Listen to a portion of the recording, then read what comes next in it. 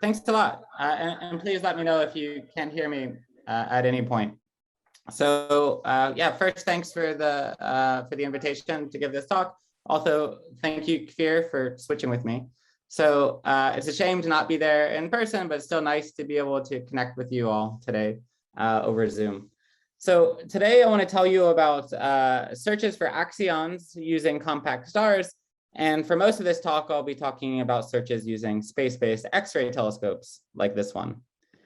So I'm going to be focusing on axion-like particles as opposed to the QCD axion. So let me just quickly remind you the difference between these two things. So the QCD axion is defined through its coupling to QCD, which induces at low energies this QCD-induced mass term from QCD instantons. In addition, the QCD axion could have couplings to electromagnetism, derivative couplings to matter, and potentially also very small bare mass contributions. So the difference between an axion-like particle and the QCD axion is that the axion-like particle doesn't have this coupling to QCD. And this is quite natural to expect in, for example, the picture of the string Axiverse, where you might expect n of these ultralight pseudoscalars with ultralight bare mass terms, which couple generically to everything. But in particular, one linear combination will couple to QCD and get a large mass from QCD instantons, becoming the QCD axion mass eigenstate, and you're left with these n-1 ultralight ALPs. And it's also interesting to try to look for these particles, and that's really going to be my focus today.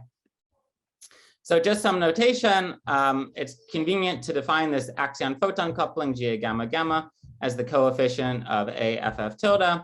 And it's convenient to define an axion fermion coupling where you normalize by the mass of the fermion. So this axion fermion coupling is actually dimensionless.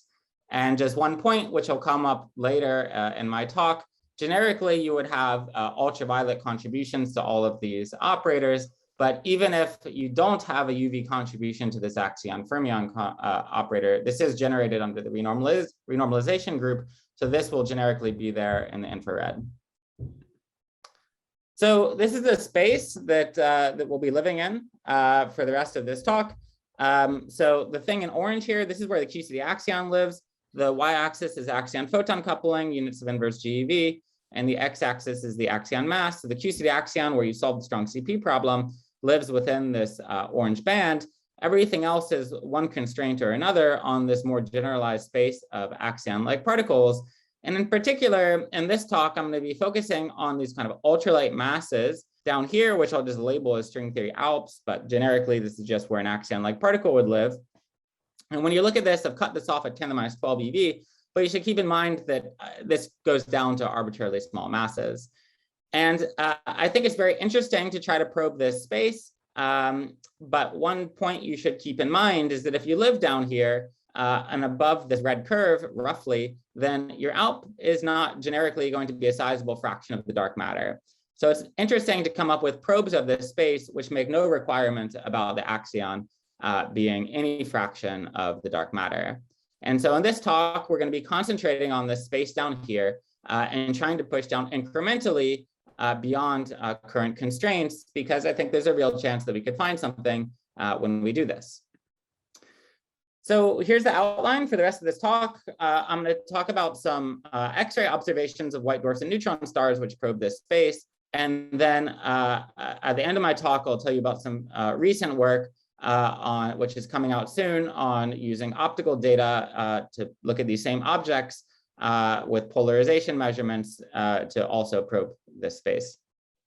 And just to say this relates to the sequence of works, and one common name here is Chris Desert, who's my grad student, who deserves a lot of credit for the work he did on these projects.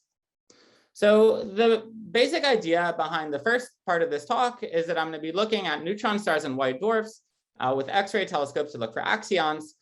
The idea is that these axions could be produced through scattering processes in the hot cores of these stars. Here I'm showing a neutron star. The same is true for a white dwarf.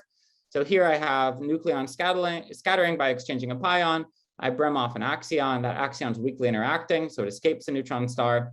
And then it's going to hit the strong magnetic field around the neutron star and convert to a photon. This photon will turn out to be in the X-ray band because it essentially reflects the core temperature of the neutron star, which is on the order of a few keV. So the luminosity in X-rays should be proportional to the axion-nucleon coupling because that's how I produced the thing, and the axion-photon coupling squared because that's how I converted it into something visible. So the reason that something like this could work is that it's kind of like a light shining through walls experiment, because the core of the neutron star is very hot. The axions have an energy reflecting the core temperature, but the surface is very cool. The surface of a typical neutron star, at least the ones I'll be looking at, is about 100 EV. So what you see normally is the surface emission, but axions could allow us to see this hot core, which is what we're going to be looking for. So let me just quickly go over some aspects of how you calculate the production, the axion luminosity coming off of a neutron star. It turns out the axion luminosity for a neutron star, if you just consider the axion-neutron coupling, scales like the axion-neutron coupling squared, and then it scales like the core temperature to the 6th power. And I'll explain this TC to the 6. And the spectrum is almost thermal, near thermal at the core temperature, which for the neutron stars I'll be looking at is about 10 keV. And again, that should be contrasted to the surface temperature, which is much smaller. So let's just understand these factors of TC. The scattering is degenerate because the nucleons, that's the definition of a neutron star, the neutrons are degenerate. So they have a Fermi momentum. The core temperature is much smaller than that Fermi momentum. And to scatter, they need to scatter into a free state. So they need to be living within a core temperature of the Fermi momentum. So that brings in a phase-space suppression factor, and there's 2 nucleons, so you get this TC the 4th. Associated with this vertex is a spin flip, which brings in another factor of TC in the cross section. And then finally, we're calculating a luminosity up here. So we need to multiply the cross section by the energy, and that also is of order the core temperature. So in total, we get this core temperature to the 6. For a white dwarf, which I'll also be considering, the process is very similar, except now white dwarfs are degenerate electron systems. In the dominant production mode, is you have an electron which scatters off of an ion labeled here by N by exchanging a photon, and then you brim off an axion. So now the axion luminosity is proportional to the core temperature to the 4th power instead to the 6th. And that's because it's only the electron which is degenerate within a white dwarf, it's not the ion. So you only have single electron degeneracy. The spectrum is again roughly thermal at the core temperature. And the core temperature for the white dwarfs I'll be looking at is about a keV. One big difference, though, is that the surface temperature of white dwarfs is much lower. It's about an EV. So there's a better separation between thermal emission from the surface and the core. I'll mention more about that later. Okay, so after we've produced the axion, we now need to convert it into our X-ray. So we have to look at the axion-photon conversion, the presence of magnetic fields. I don't want to go through all the details, but let me just say that one very important point to account for is the Euler-Heisenberg Lagrangian. So this is what happens in strong field QED when you integrate out the electron. And it has the effect of modifying the dispersion relation for the photon in the presence of magnetic fields. And this suppresses mixing between the axion and the photon. So when you write down the mixing equation between the axion and the photon, you have some mixing Hamiltonian, and there's this term delta Euler-Heisenberg accounting for this Euler-Heisenberg Lagrangian, which suppresses mixing. The end result, once you work this out, is that the conversion probability for axions to photons that scales like the coupling squared, G gamma gamma squared, but it only scales like magnetic field to the 2/5 power. If it wasn't for the Euler-Heisenberg Lagrangian, this would scale like the magnetic field squared. But Euler-Heisenberg Lagrangian, because it suppresses mixing, it suppresses this dependence of the conversion probability on magnetic field. And this is important because it actually means that magnetic white dwarfs are better at converting these axions to photons than neutron stars. Which is very surprising because neutron stars have magnetic fields of order 10 to the 13 Gauss, 10 to the 14 Gauss, whereas a magnetic white dwarf, the ones I'll be looking at, have magnetic fields of hundreds of mega Gauss, so much, much smaller. But because of this soft dependence on magnetic field, the white dwarf wins for other reasons, just like having a bigger size than the neutron star. Okay, so now we know how to calculate the signal. Let's go look at some data. So the first place that we looked when we realized this was a promising way of looking for ALPS is at the Magnificent 7 neutron stars. And that's because these neutron stars are kind of ideal targets for this search. There's 7 of them. They're relatively close to the sun. And they have strong magnetic fields, about 10 to the 13 Gauss, low surface temperatures. In fact, they've only ever been detected in their surface emission, their thermal surface emission. There were no previous detections of non-thermal emission. And that's because the surface temperature is 100 eV, so that extends up into the soft X-ray band. And so what that means is that Chandra and Axion-Photon, these two space-based X-ray telescopes, they've been studying these neutron stars for literally decades. But as far as we are aware, they'd only ever looked at the data below 1 keV. These telescopes collect data from a few hundred eV all the way up to 10 keV. You always collect that data. But the files, as far as we are aware, had only ever been opened below a keV because people were only ever interested in studying this low energy thermal emission. So we just took these files sitting on servers around the world and opened them up and looked at the data from 2 to 8 keV. And we have these two telescopes, Chandra and Axion-Photon. Axion-Photon has two cameras on board called PN and MOS. We found something very surprising. So here's one of the neutron stars, 1856. We see this low energy surface emission below a keV or so, which is from the surface, but then we found excess hard X-ray emission. And we found this from many of the neutron stars. So here I'm showing you from the 7 Magnificent 7, in green and gold is the excess hard X-ray flux that we measure. And then in black is the Axion model prediction for a particular Axion coupling. So we became very excited when we saw this because it looked like we had excesses from many of the Magnificent 7, and they were following the Axion model prediction and intensity. And indeed, if you interpret this in the parameter space of the Axion couplings versus the Axion mass, the best fit region is in unprobed parameter space. So we got really excited about this, but I want to pause that story for a second and tell you about a slightly different story because I think it helps shed some light on what could be going on here. So the related story, and I'll come back to this Magnificent 7 story at the very end, is that we also can look at white dwarfs, and white dwarfs are very promising targets. The difference is that the white dwarf surface temperature is much lower. So we had to go out and collect that data ourselves in X-rays because no one had looked at the best targets already.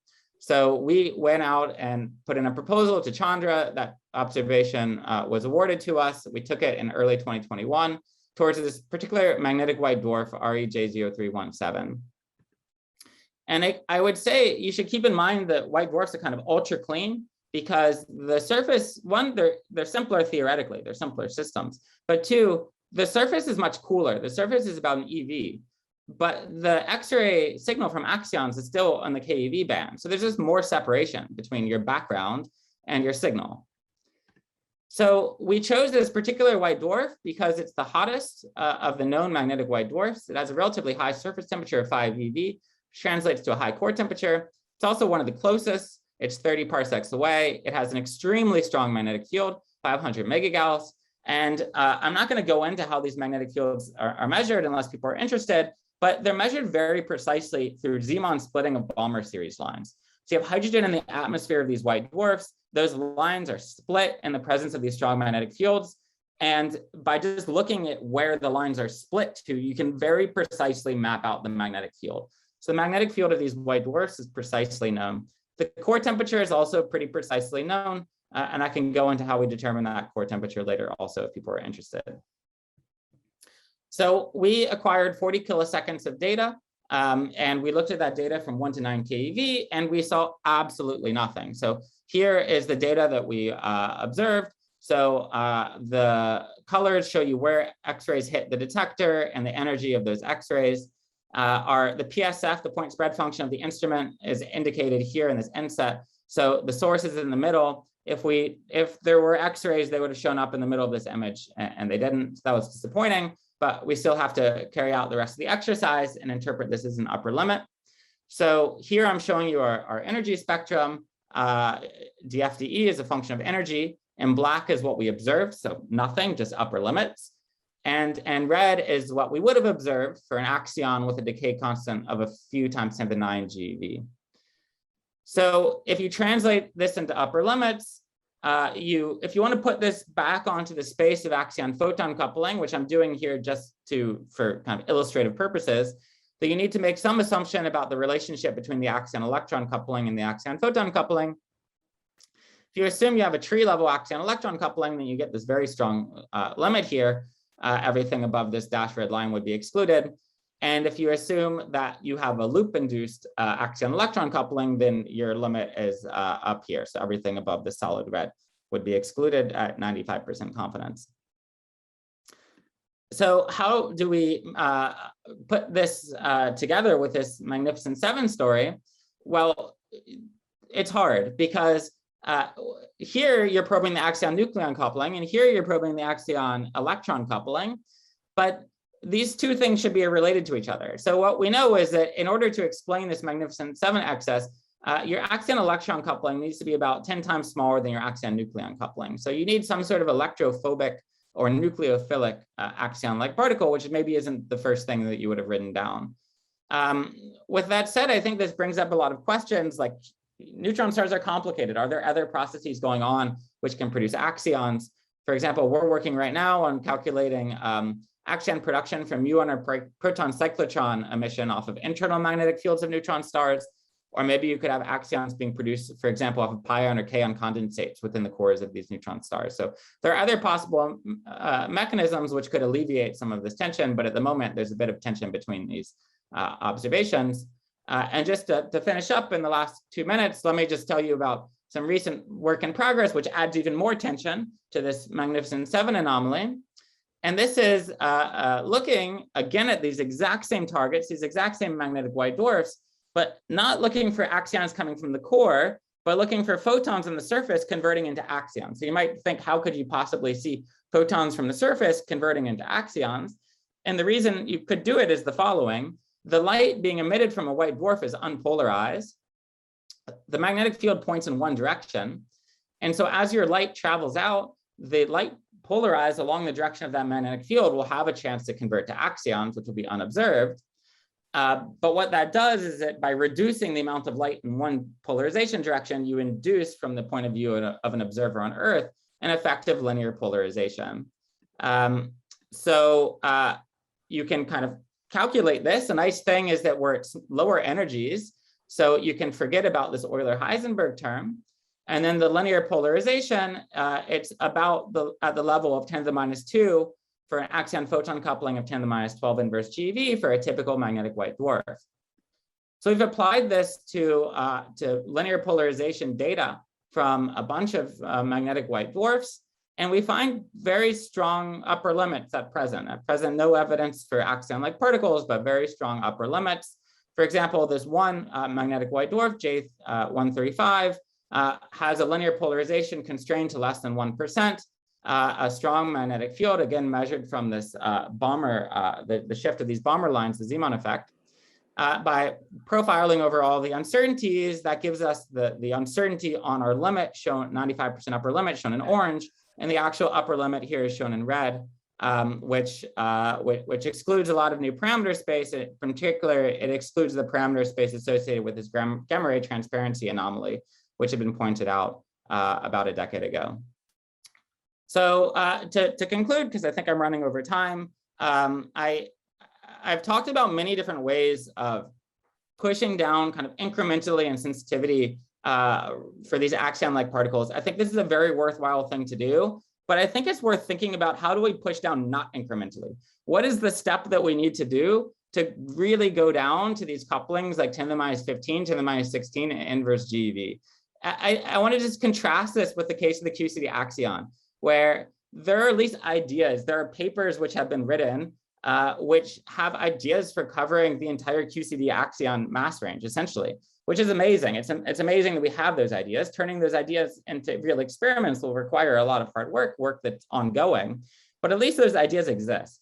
And the same cannot be said about the ALP space when you are at really low masses, very low couplings, and you make no assumption about the dark matter content of the ALP. But I think it's worth thinking about bold ideas for the future to make sure that we actually cover that space if something does happen to live down there. So thanks.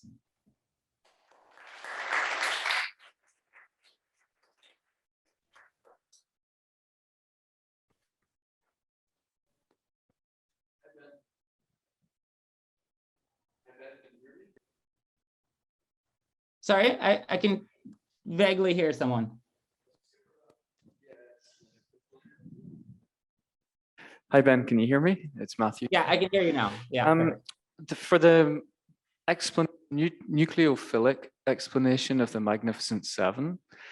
Also, what does the ratio of the nucleon-nucleon to GG joule to the standard gluon coupling have to be for that scenario? Because it's a fair bit lighter than the QCD axion, right? Yeah, good. So here I'm assuming that you have no coupling to GG tilde. So the coupling to nucleons is only coming from the derivative couplings to fermions. So let me just go back to this first slide. So for everything which I have considered, I'm assuming that this term is absent. So this derivative coupling to fermions here induces below the, you can translate this to a derivative coupling to the proton and the neutron below the QC confinement scale. And so it's that coupling which I'm using. I see. And is there, so this is sort of an orthogonal linear combination to Pechi-Quinn then, or something like that? Well, good. So if you had a QCD, let me just kind of, maybe I'm answering a slightly different question to your question, but if I had a QCD axion, so I had an AGG tilde term here also, then there would be three contributions to say my axion neutron coupling. There would be a contribution from AGG tilde, which would be your kind of model independent contribution, but there would also be contributions you'd probably call model dependent contribution, which depend on these derivative couplings that you had to up and down quarks. But for me, I don't have the coupling to QCD. I only have these derivative couplings to up and down quarks. But the dependence on the derivative axion nucleon couplings on these derivative couplings to quarks have been calculated from lattice calculation. I guess my question is sort of in the opposite direction. It's how do you generate the couplings on the right without generating the one on the left? And in some sense, there needs to be some, so you have to have a zero anomaly. Yeah, good. That's good. So your question is, how do I actually get this effective Lagrangian in the first place? So right. I mean, the way, yeah. So this is an ALP, an ALP. So there's some spontaneously broken U1. So I guess my question is, that U1 has to be orthogonal to PQ in some way, right? Yeah, I guess that's one way of thinking about it. I mean, the way, again, the picture I have in here in mind is the picture where, from an effective point of view, you've generated a bunch of, pseudoscalars, all of which have all of these couplings. And then you're going to, the one linear combination which couples to QCD is going to get the mass. But generically, then, because these coefficients would be different for each individual axion-like particle, your n-1 would still maintain derivative couplings to quarks. Okay, thank you. But it's a good question, yeah.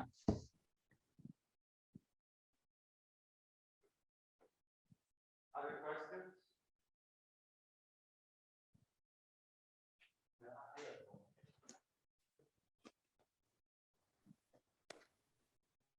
Hi, Ben. Thanks for the talk. So I wanted to ask you, like, these magnetic fields, these magnetic fields are completely coherent, or there are like, there is an incoherent part, like a turbulent part?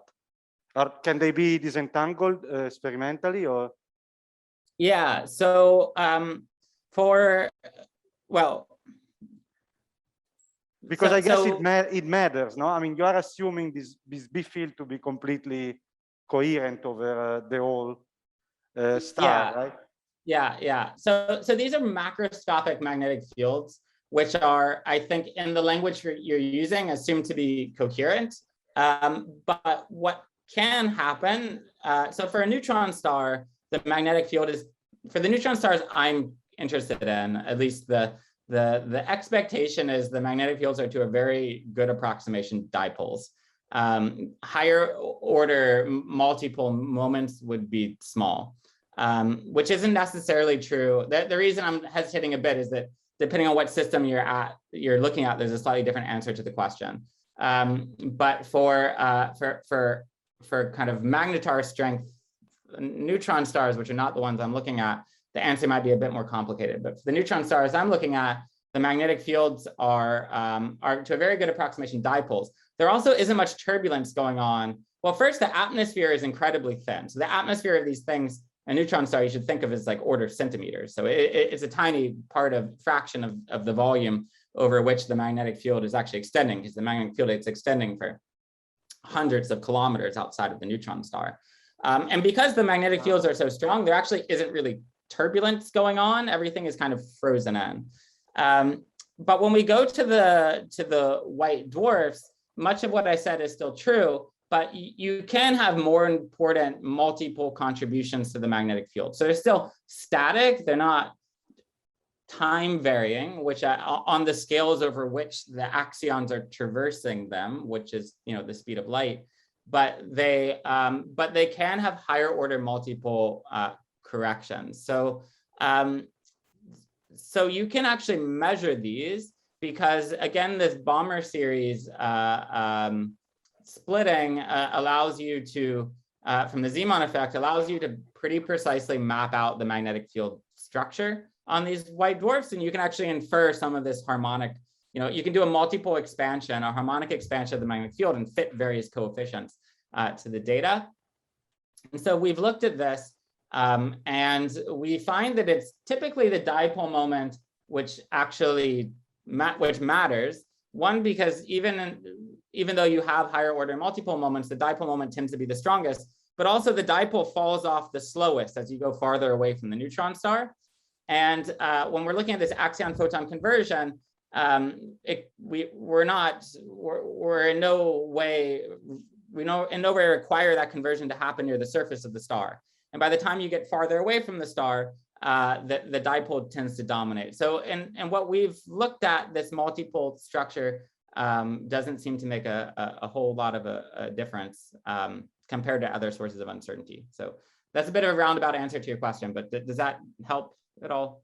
Yeah. My question was related just to the scale of the turbulence. So you said that basically you are looking at conversion far away, where at long distances compared to the scale of the turbulence of the magnetic field. That's the answer. That's right. Yeah. Very far away. Yeah. Hi Ben, this is David.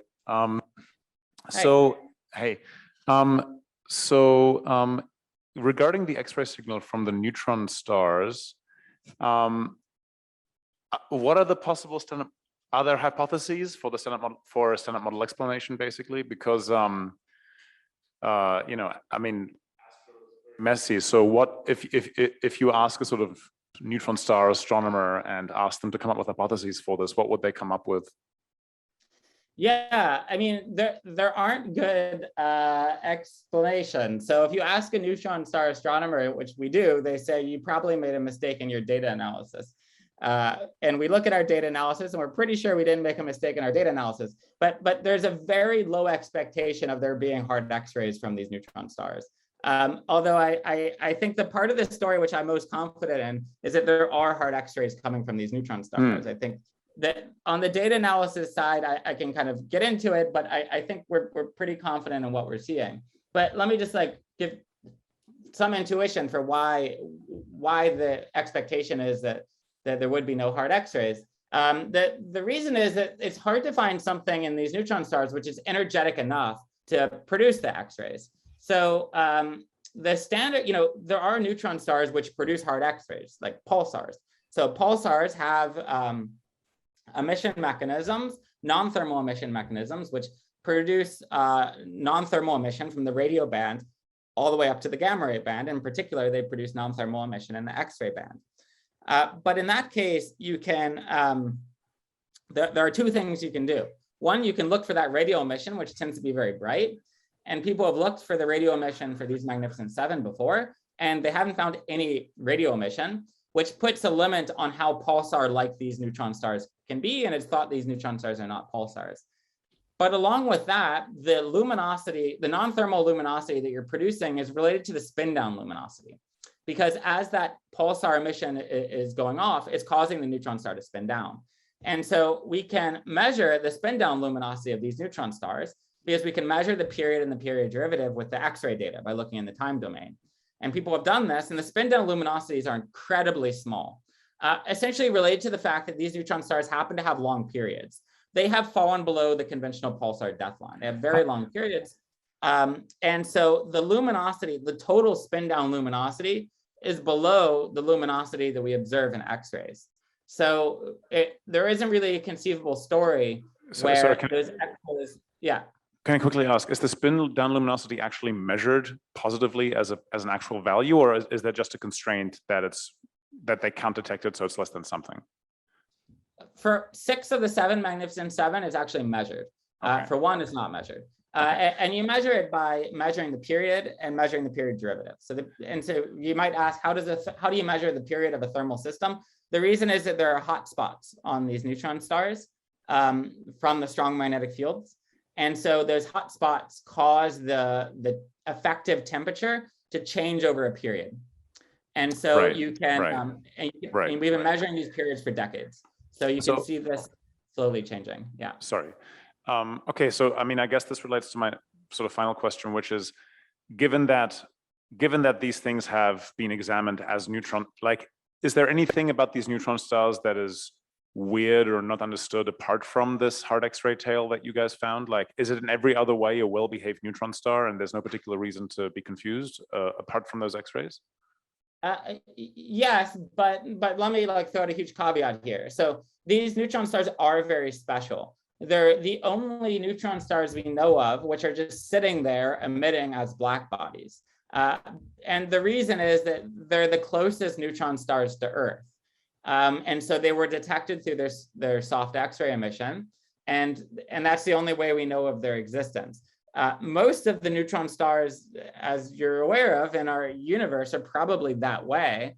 They're probably, they've fallen below the pulsar death line and they're just sitting there emitting as black bodies, but they're too far away to be observed. So these are special in that they happen to be very close. So why is that important? It's important because they're not pulsars.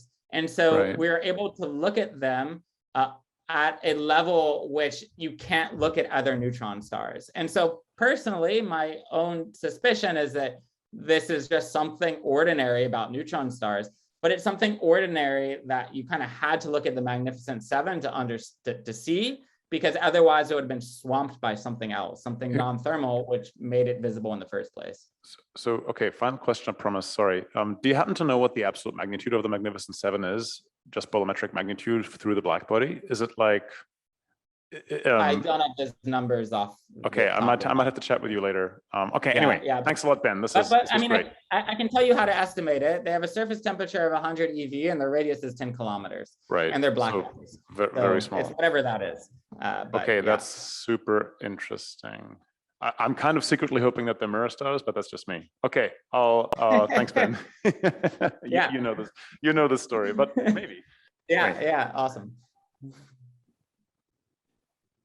If there are no other questions, let's thank Ben for the talk.